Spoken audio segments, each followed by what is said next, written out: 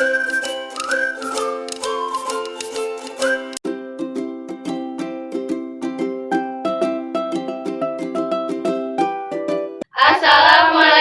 warahmatullahi wabarakatuh. Perkenalkan, nama saya Nurul Aini. Nama saya Kaulisa Fitri Ramadhani. Nama saya Siti Hidayah. Nama saya Felistiana. Nama saya Sekar Satya Kusuma.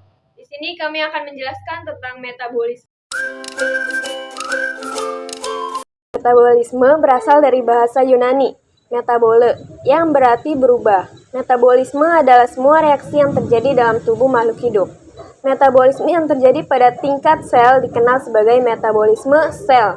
Zat-zat yang turut serta dalam metabolisme disebut metabolit. Proses metabolisme yang tidak normal dapat menyebabkan kelainan pada makhluk hidup. Salah satu contohnya adalah jika tumbuhan tidak dapat melakukan fotosintesis, maka akan mengalami kelainan. A. Komponen dalam proses metabolisme. Komponen yang terlibat dalam proses metabolisme diantaranya adalah enzim dan energi. Hampir semua reaksi kimia biomolekul organik di dalam sel dikatalis oleh enzim. 1. Enzim. Enzim merupakan biokatalisator atau katalis. Organik yang dihasilkan oleh sel katalis adalah zat kimia yang mempercepat reaksi, tetapi zat tersebut tidak ikut bereaksi. Enzim bekerja secara spesifik terhadap substrat tertentu sehingga terdapat banyak macam enzim yang bekerja dalam mempercepat laju reaksi. Sesuai dengan sifat protein, enzim dapat rusak denaturasi pada temperatur tinggi, sehingga dapat dikatakan bekerja spesifik. Pada temperatur dan pH tertentu juga, serta enzim bekerja dengan dipengaruhi aktivator maupun inhibitor enzim bersifat permanen. Artinya, enzim tidak akan habis dipakai dan tidak berubah dan dalam suatu reaksi. A. Klasifikasi enzim. Enzim berdasarkan IUB International Union of Biochemistry atau Ikatan Biokimia Internasional diklasifikasikan menjadi 6 kelompok. 1. Hidrolisis, yaitu enzim hidrolisis yang mengkatalis suatu reaksi karena adanya air. Contohnya maltase yang memecah maltosa menjadi glukosa. 2. Oksidoreduktase, yaitu enzim yang mengkatalis reaksi reduksi dan oksidasi. Enzim yang mentransfer atom hidrogen atau elektron dari substratnya ke molekul akseptornya. Contohnya katalase, yang mengkatalisidrogen peroksida H2O2 menjadi molekul air atau H2O dan oksigen O2. 3. Liase, yaitu enzim yang menambahkan gugus baru ke substratnya dengan memecahkan ikatan gandanya. Contohnya pirufat dekarboksilase yang memecahkan asam pirufat menjadi etanol dan karbon dioksida. 4. Transferase, yaitu enzim yang transfer suatu gugus fungsi ke yang lain. Contohnya glukosa menerima gugus fosfat dari ATP dan membentuk glukosa 6-fosfat. 5. Isomerase, yaitu enzim yang mengubah suatu isomer ke bentuk yang lain. Contohnya sitrat, harus menjadi isositrat sebelum reaksi oksidasi. 6. Igase, yaitu enzim yang membentuk suatu ikatan kimia baru. Enzim ini memerlukan ATP untuk membentuk ikatan kimia barunya. Ligase membantu pembentukan karbohidrat, protein dan makromolekul lainnya. B. Cara kerja enzim. Enzim memiliki sisi aktif untuk mengikat substrat, bahan akan direaksikan. Sisi aktif ini memiliki dua fungsi, yaitu 1. Mengikat erat substrat dan 2. Menurunkan energi aktivasi reaksi. Substrat akan membentuk kompleks enzim. Substrat dengan berikatan dengan sisi enzim, substrat akan bereaksi menghasilkan produk dan lepas dari sisi aktif enzim. Cara kerja enzim menganut dua teori, yaitu teori kunci dan anak kunci atau lock and key, dan teori kecocokan induksi atau induced fit. 1. Teori lock and key. Lock atau kunci identik dengan substrat, adapun key atau anak kunci diibaratkan dengan enzim. Teori ini diungkapkan oleh Emil Fischer pada tahun 1890. Berdasarkan kekhususan struktur enzim yang hanya dapat berikat dengan jenis substrat tertentu yang memiliki struktur yang pas dengan struktur enzim tersebut. 2. Teori induced fit. Teori ini menyatakan bahwa enzim dan sisi aktifnya merupakan suatu struktur yang fleksibel. Pada struktur enzim ditemukan adanya suatu interaksi dinamis yang dapat menyebabkan adanya perubahan pada struktur enzim tersebut. Teori ini dinyatakan oleh Daniel Koslan. Faktor yang mempengaruhi kerja enzim. Faktor-faktor yang mempengaruhi kerja enzim adalah sebagai berikut. 1. Konsentrasi enzim.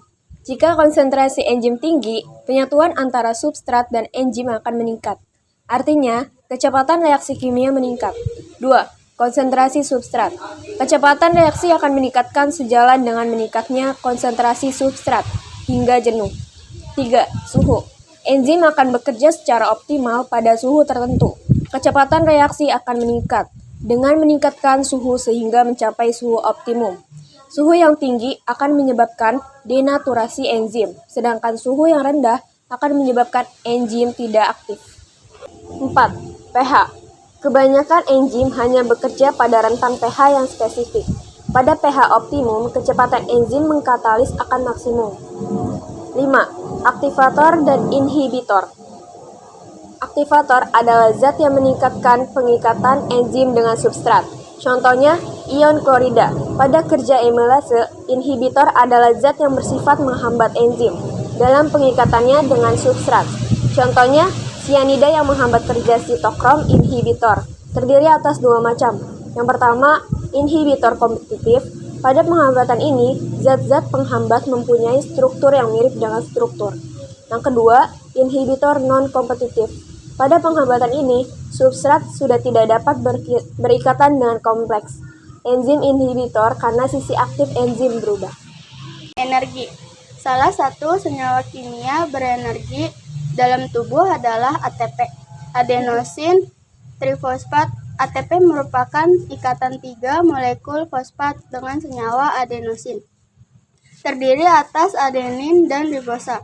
Ikatan ATP bersifat labil, mudah melepaskan.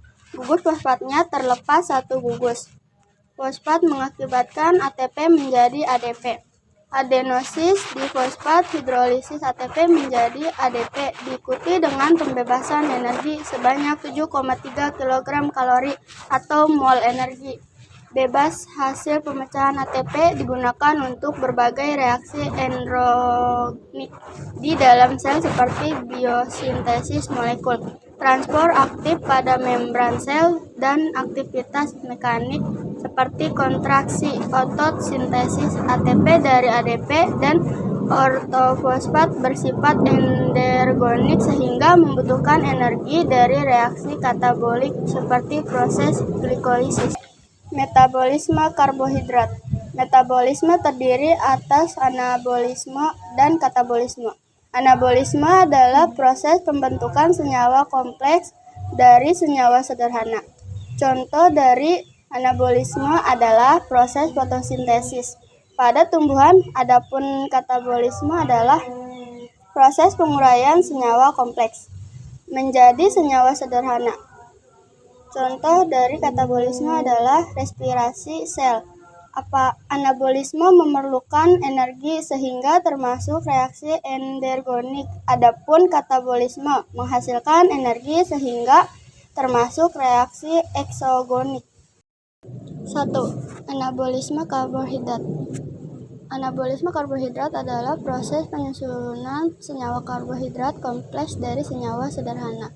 Proses ini memerlukan energi berdasarkan energi yang digunakan. Berikut ini akan dijelaskan fotosintesis dan komesintesis. A. Fotosintesis. Fotosintesis adalah proses pembentukan makanan atau senyawa organik pada tumbuhan dengan menggunakan energi cahaya.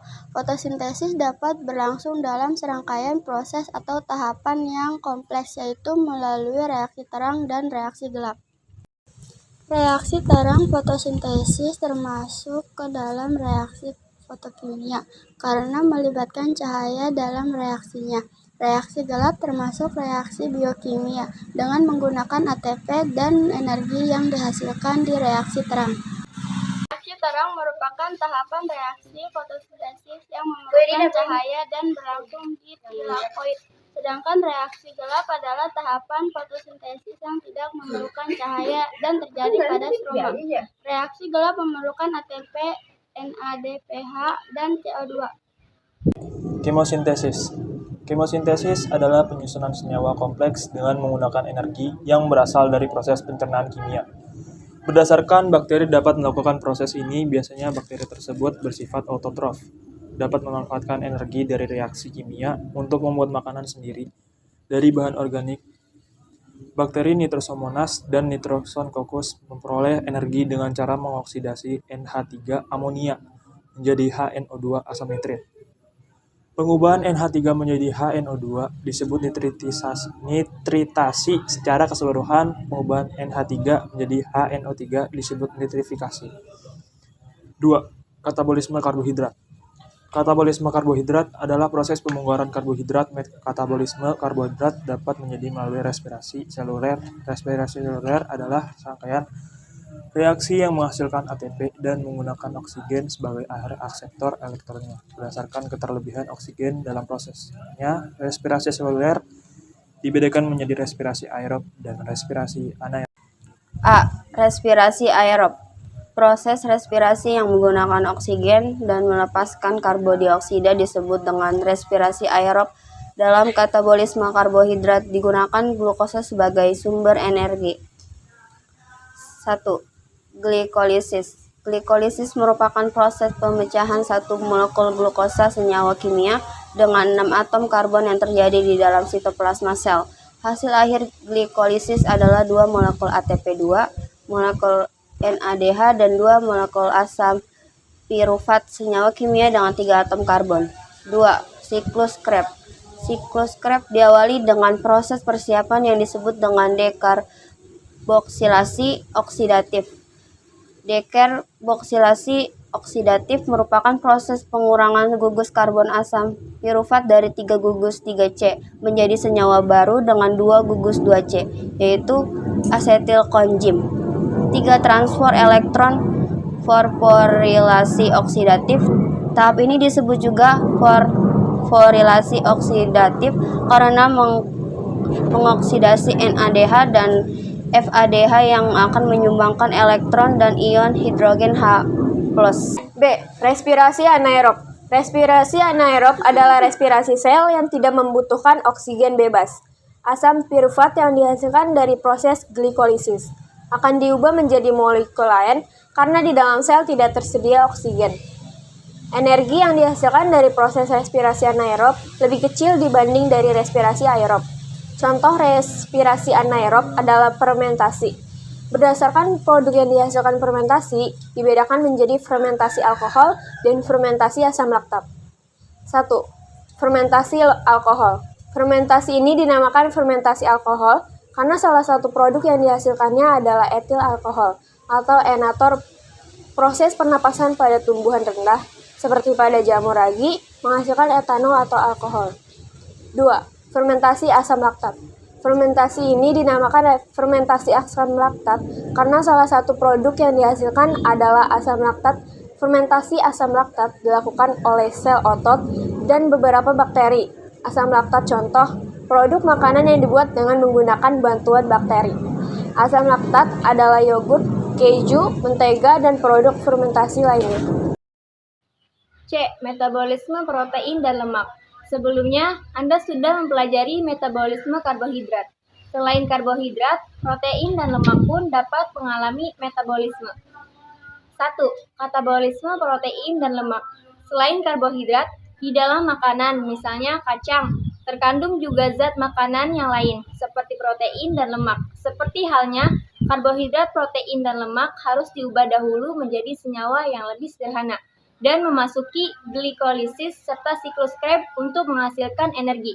Jumlah energi yang dihasilkan oleh setiap zat makanan berbeda-beda. Di dalam sebanyak 1 gram karbohidrat dan menghasilkan 4 kilokalori energi.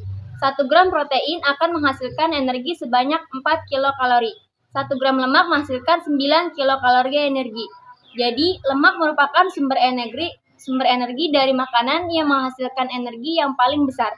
Namun, untuk menghasilkan energi dari lemak, diperlukan reaksi yang lebih panjang dan lama. 2. Anabolisme lemak dan protein.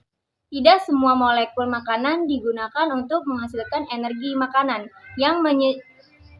Makanan juga menyediakan bahan mentah bagi sel untuk proses biosintesis, menyusun molekul sendiri untuk perbaikan dan pembangunan komponen sel. Beberapa bahan mentah dari makanan seperti asam amino dapat digunakan secara langsung untuk pembentukan molekul. Akan tetapi, sel tubuh juga dapat membuat molekul tanpa menggunakan bahan intermediate dari glikolisis, dan siklus asam sitrat. Cukup sekian dari kami. Wassalamualaikum warahmatullahi wabarakatuh.